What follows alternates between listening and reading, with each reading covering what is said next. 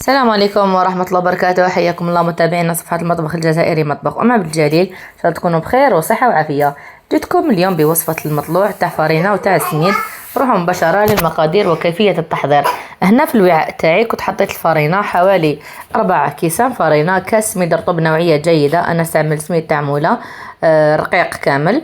استعملت كذلك ملعقة تاع خميرة تاع الخبز، ملعقة تاع الملح متكونش مملوءة جيدا، وكذلك استعملت حليب غبرة يعني حليب بودرة. علاش ندير حليب بودرة؟ لأنه يستعمل كمحسن في الخبز، يعني في كاع العجائن أو البريوش نستعملوا حليب بودرة في عوض ما نستعملوا هذاك المحسن الغذائي اللي ما يكون صحي. لمدها من بعدها بالماء دافي، ودرت كذلك حوالي 2 ملاعق إلى 3 ملاعق كبار تاع الزيت. علاش نستعمل الزيت؟ باش تجيني لداخل رطبة، يعني كل واحد وطريقته، يعني نقدروا ما نستعملوش الزيت، ولكن هذه الطريقة باش يجيك رطب للداخل ويبقى لك أطول مدة طري.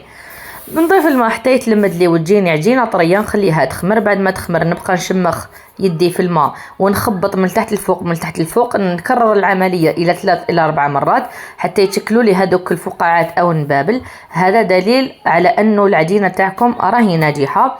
بعدها نشمخ يدي في 2 في الماء ونبدا نقرص هذيك العجينه تاعي على شكل قريصات، ونحطهم في سميد رطب نرمدهم جيدا، ونحطهم في المائده تاعي اللي كنت فرشت عليها غطاء او طرشونه كبيره ورشيتها كذلك بسميد مسبقا. علاش؟ باش كي نفتحوا هذاك العجين تاعنا ما يلصقناش. بعد ما كملت قرصت هذيك المطلوع تاعي فتحته كامل على كما يقولوا رقيق. قد ما تفتحوه رقيق قد ما راح يتنفخكم جيدا. نحط طاجين تاعي يسخن في الطابونه، بعد ما يسخن لي جيت بديت نطيب في المطلوع تاعي، وكسر ايضا باش يتنفخ لكم. غير تحطوه قلبوه، يعني ما تخلوش حتى تطيب هذيك الجهه السفليه، بقاو تقلبوا فيه وراح يتنفخ لكم كيما البالون. هنا ماهوش واضح جيدا في الفيديو ولكن هو تنفخ ويجي فارغ كامل من الداخل. تكملوا نطيبوا المطلوع تاعنا كامل. تقدروا تستعملوا في الساندويتشات، مثلا ساندويتش شاورما، ساندويتش كيما يقولوا اي ساندويتش حبيتو، يا لو كان فريت اومليت، والاضافات تبقى اختياريه. انا هنا كنت يعني هاليك النتيجه كيفاه. تكرفصوه توسوه ما راح يتعجن لكم مستحيل، وراح يجيكم كذلك فارغ من الداخل وهاملك كيما قلت لكم الباب البينين.